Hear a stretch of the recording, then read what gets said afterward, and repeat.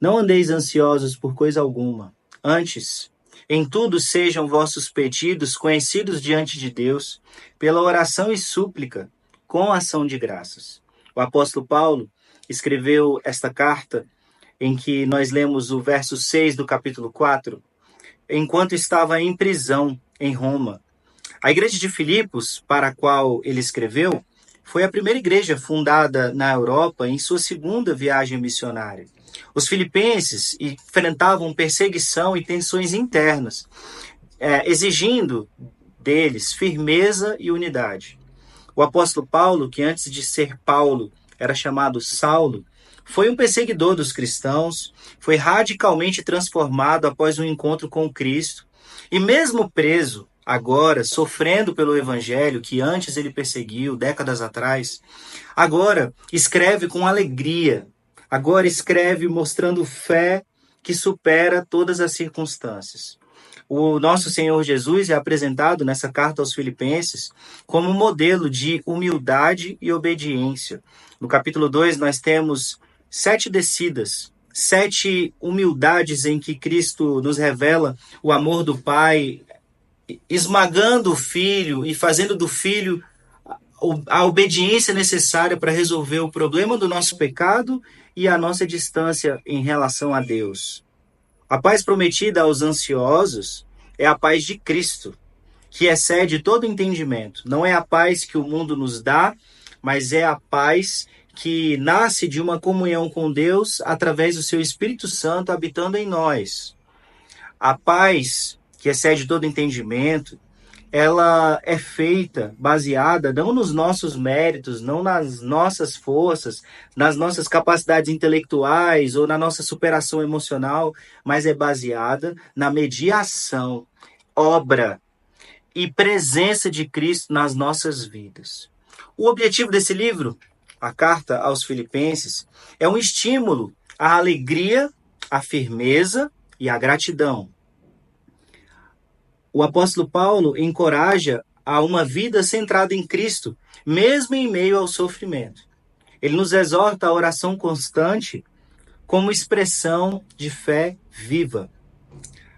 Nesse livro nós temos a exposta necessidade de que não existe paz verdadeira sem a presença genuína do Espírito Santo, sem nós cultivarmos um relacionamento com Deus. Porque enquanto estivermos nesse mundo, as nossas circunstâncias, elas são muito criativamente adversas, elas são muito criativamente dificultosas, e o Senhor Jesus nos chama para glorificá-lo em comunhão com Ele, em oração, em súplicas e em gratidão.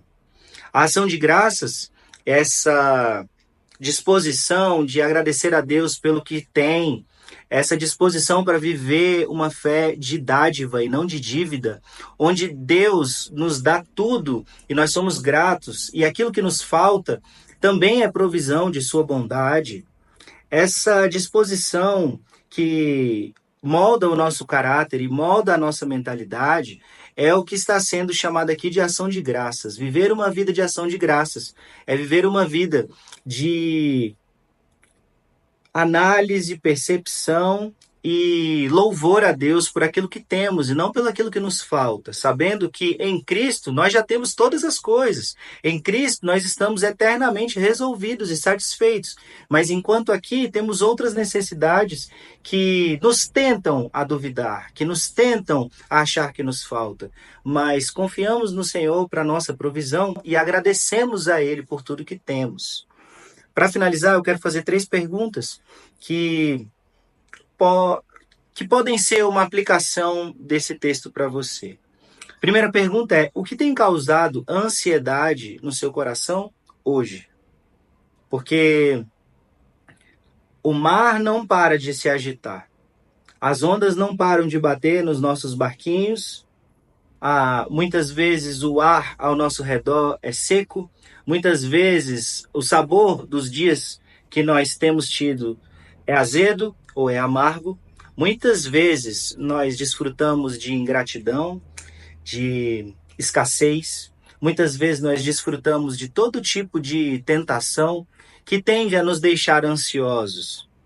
E a pergunta que nós precisamos responder a Deus em oração é: o que tem te feito ansioso? O que tem te feito ansiosa? Segunda pergunta: você tem buscado a Deus em oração e gratidão? Será que o nosso momento devocional tem sido algo de refrigério em meio ao deserto até chegarmos em Canaã? Ou tem sido apenas visto como um peso ou uma obrigação que acaba sendo morta em si mesma?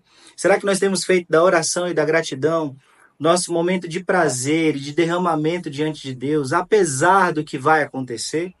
Porque se fizermos assim, desfrutaremos da paz que excede todo entendimento e teremos não só a paz que excede todo entendimento, mas em nossos corações teremos a percepção clara da presença desse Deus que excede todas as circunstâncias, que supera toda a existência, porque toda a existência está em suas poderosas mãos criadoras. Por fim, como a paz de Cristo tem governado as suas decisões? Tem Cristo sido o prumo, a régua, para o nosso sim ou para o nosso não? Tem sido a palavra, a escritura, que aponta para Cristo o tempo todo, sido o fator de decisão para que nós tomemos as nossas decisões? Porque há ansiedades e há dificuldades que são fruto de decisões fora de Cristo, ou fora do que Cristo aconselha. E o Senhor nos chama hoje ao arrependimento.